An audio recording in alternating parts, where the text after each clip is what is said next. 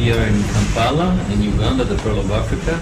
My name is Geniene Philippe Bittoncourt. I have a French name, but I was born and grew up in Brazil. And I have both cultures. And I've been here for 8 years in Uganda.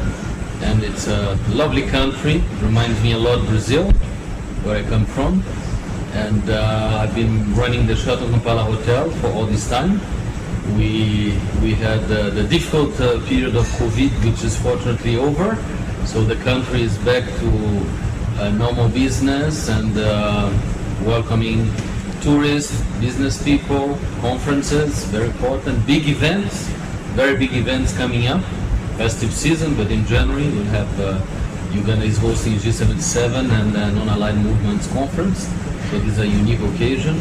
So all the industry is getting ready for this big moment that we've been waiting for since some time. Sheraton Kampala Hotel is a landmark in Kampala and in Eastern Africa. This hotel is 55 years old, so it's a long story. It was built just after the independence of Uganda by the president at the time. And it became Sheraton in '87, so it's about 35 years old as Sheraton. And Sheraton brand most recently was acquired by Marriott International Group, so we are part of the Marriott conglomerate of brands, Marriott Bonvoy membership program. But the Sheraton brand remains more than 80 years of existence, and this I think was one of the first Sheratons in this region. Sheraton Kampala is located in, I would say, the best place in town, which is very handy for people coming for work, for tourism, for conferencing. We have downtown, what we call downtown, very nearby at a short distance. One of the challenges in Kampala, unfortunately, is the traffic. There are a lot of works going on to improve that, but being in this hotel here is really very easy to commute for anything that one has to do. Visiting the city, meeting with business people, attending conferences. So location is very important. And our hotel it's a big facility. We have a convention center, we have a big ballroom for a capacity of 500 people. We have big gardens that can host also events under tents. We have two main spaces where we can, one of them can have almost until 1,000 people.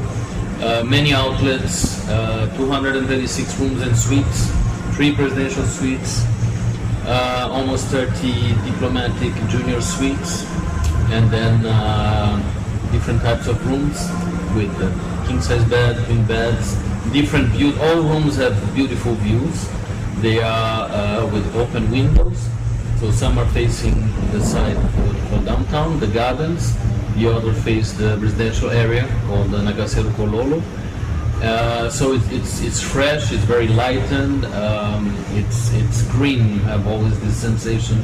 First time I came here was really about the green, and we have a lot of green. This is really the largest gardens in town. So beautiful to visit with a lot of different trees, and you see some beautiful birds still coming here. I'm very proud to be at the head of this very traditional, but again, following the times of today. We've been investing in technology, so you have very good internet in our meeting facilities. You have companies that partner with us that can put all sort of equipments, projectors, digital screens, everything that we need to have a great event.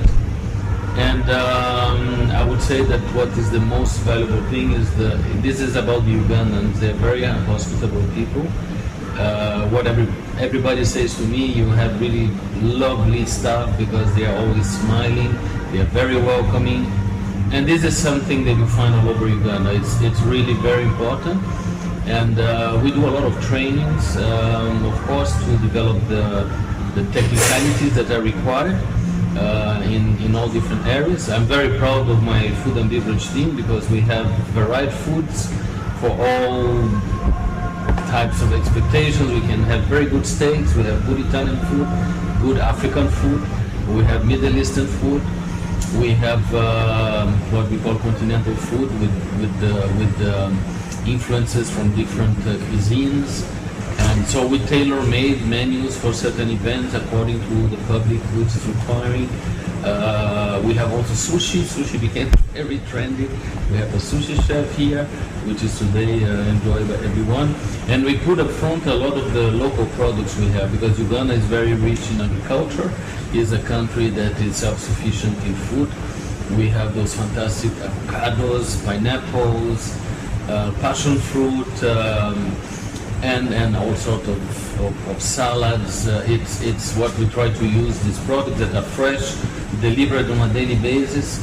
And this is very important also to promote the country, that you eat quality, you eat really products that there are the organic ones, but still the way they do products here, it's very healthy. The meat is very good. Fish too, we have fantastic fishes from the rivers and the lakes in Uganda, and you can find them all over here. And of course we have a concern that has grown with the environment that we live, with sustainability. And for Marriott Group, it's very important that we have in place those programs. So there is a lot to do. We're still not where we like to be, but we are pushing hard to do wastage management, segregating the waste, and trying to find a proper way of how it's handled outside. We have created a program for the glass. It's called Glassify. We work with a community that we utilize all bottles to do some artworks that can be resold for the clients. So there is a display here that exhibits that, and so all the funds goes for that entity to train and to acquire materials, maintain their equipment that they need. They mash, they scratch the glasses, and then they create new things based on that. So this is one of the examples of the initiatives we have. But we do a lot of things in what we call our social programs. We work with certain orphanages and also sometimes houses for elder people. So we try, even if we do good business is important. Business is about we need to get results, but we try to revert part of it or contribute for the society. Being here in the center of the city, and Kampala is a business city, we attract mostly the corporates, business corporates, and conventions, groups, conventions, and especially residential groups that stay in the hotel and have their meetings here at the same time. We have some tourists also, but the main attractions for tourists is the national parks. Yeah. So they tend not to spend too much time in Kampala. Some of them, they land in Entebbe and they go directly to the different lodges.